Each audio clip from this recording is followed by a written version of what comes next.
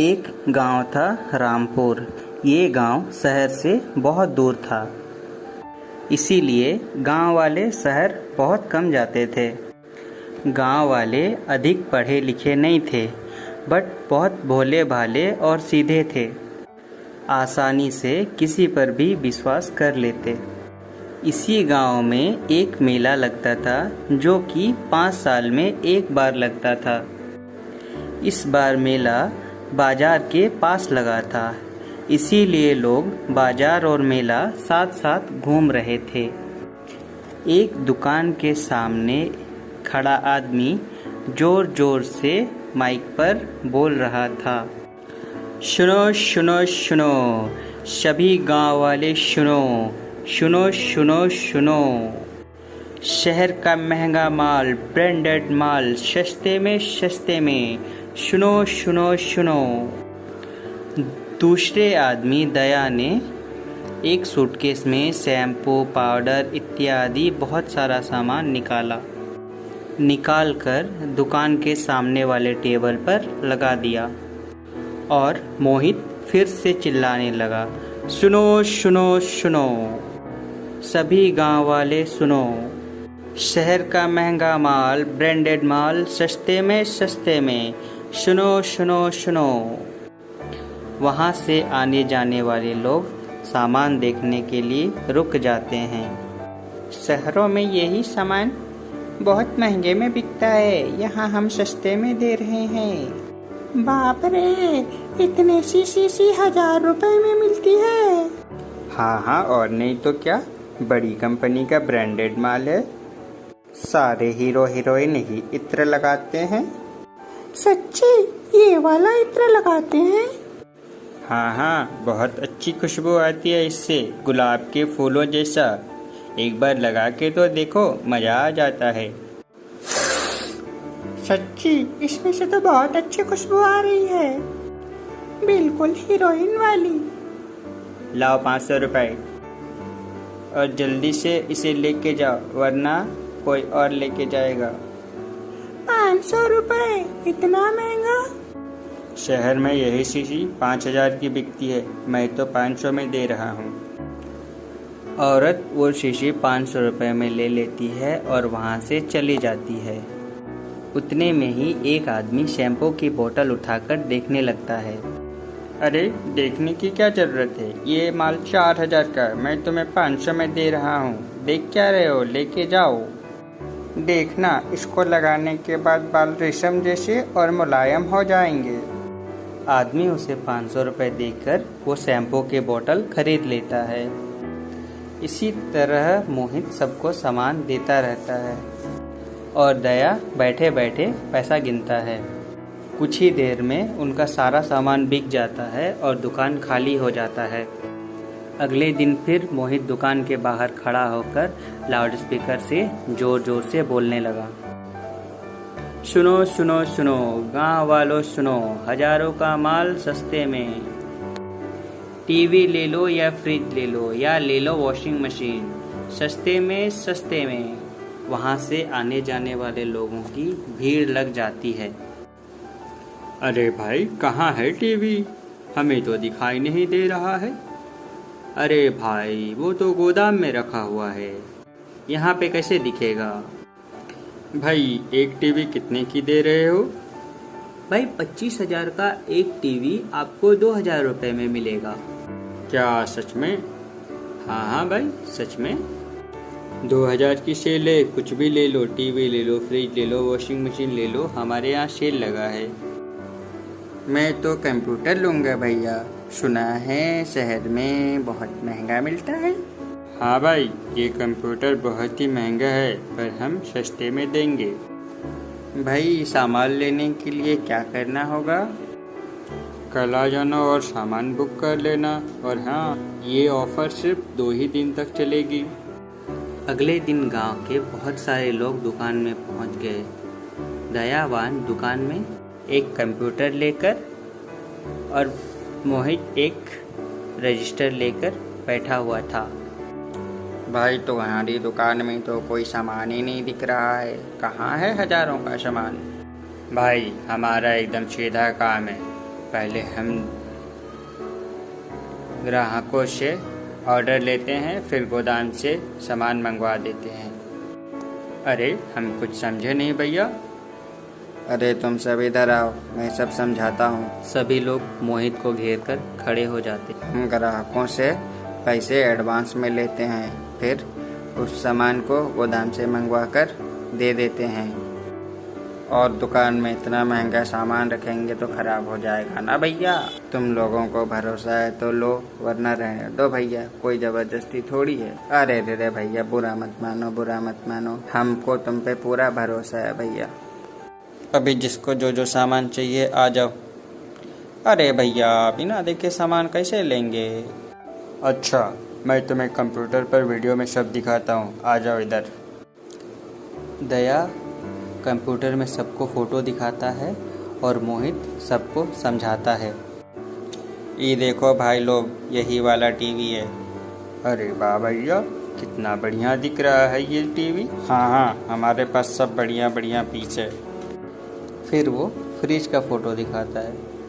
ये देखो फ्रिज कितना बढ़िया है, इसमें 2 दरवाजे, मतलब डबल डोर फ्रिज है। वाह वाह, ये फ्रिज तो बहुत बढ़िया दिख रहा है भैया, मैं यही फ्रिज लूँगा। फिर स्क्रीन पर वॉशिंग मशीन के फ़ोटो आते हैं। लो भाई, ये रही वॉशिंग मशीन, देख लो।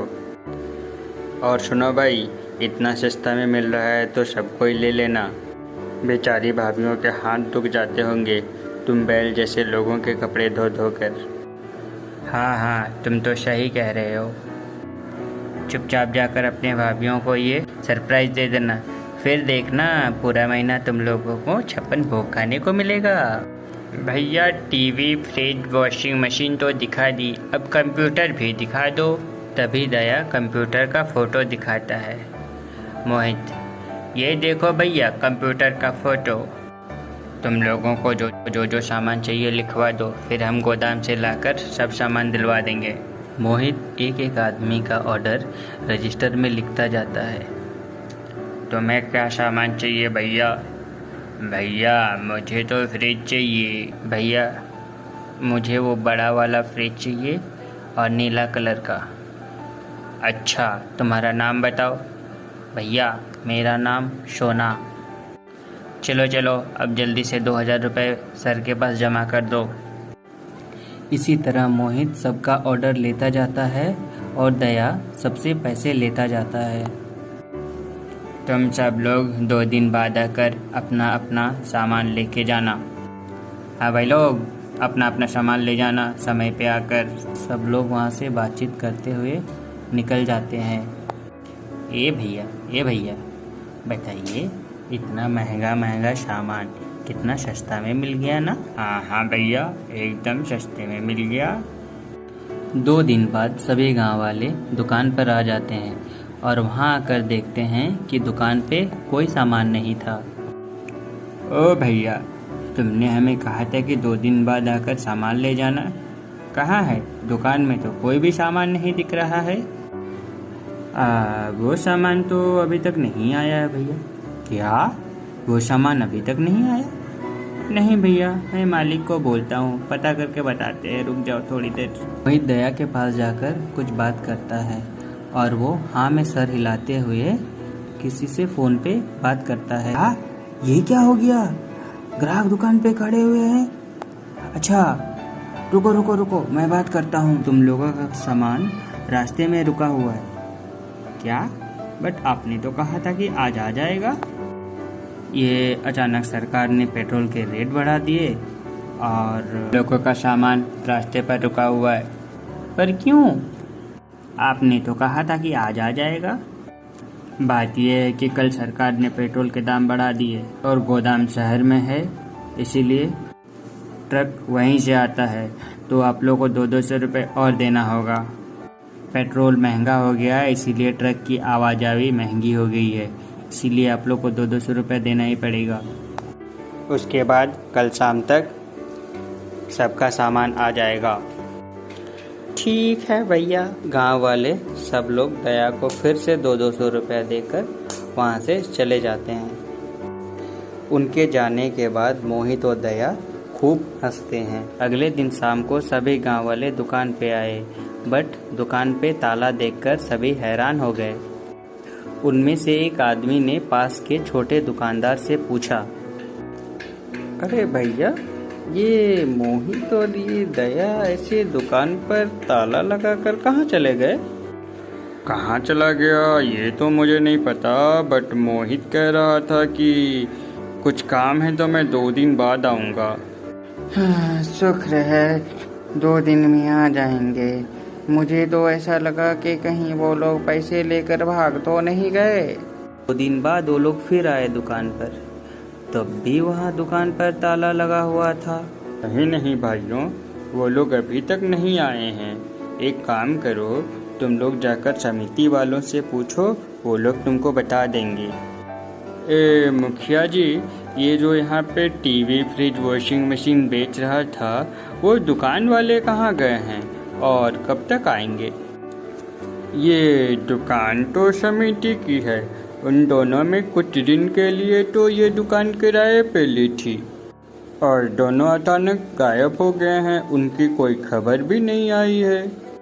ये क्या कह रहे हैं सरपंच जी आप? वो दोनों तो हम लोग को सस्ते में सामान बेच रहे थे और हमसे रुपया भी ले लिए हैं। अच्छा, वो लोग तुम लोगों को भी चूना लगा गए? अभी थोड़ी देर पहले कुछ लोगों ने उसके बारे में शिकायत की थी। सबका पैसा लेके भाग गए हैं वो धोखेबाज। सस्ते माल का लालच देकर तुम लोगों को अच्छा बेवकूफ़ बनाया। भाइयों, समझदारी से काम लिया करो। अरे मुखिया जी, अब हम लोग क्या करेंगे? ये लो, हमारे पास वो उन्होंने ये पता लिखवाया था, जाके देखो, अगर इससे कुछ पता चल जाए तो छोड़ना मत। 2 गांव वाले उस पते वाली जगह पर जाते हैं। अरे ओ भैया, ये पता किधर है, आप बता सकते हैं? हाँ, यहाँ से थोड़ी दूर जाओ, वहाँ पे एक खाली मैदान है, वही है। दोनों आगे बढ़े। एक मैदान में पुरानी एक झोपड़ी थी जिसका दरवाज़ा भी नहीं था। ये देखकर गांव वाला वही बैठ गया। हाय राम, इस आदमी ने तो सही में हमें धोखा देकर हमारे पैसे ले गया।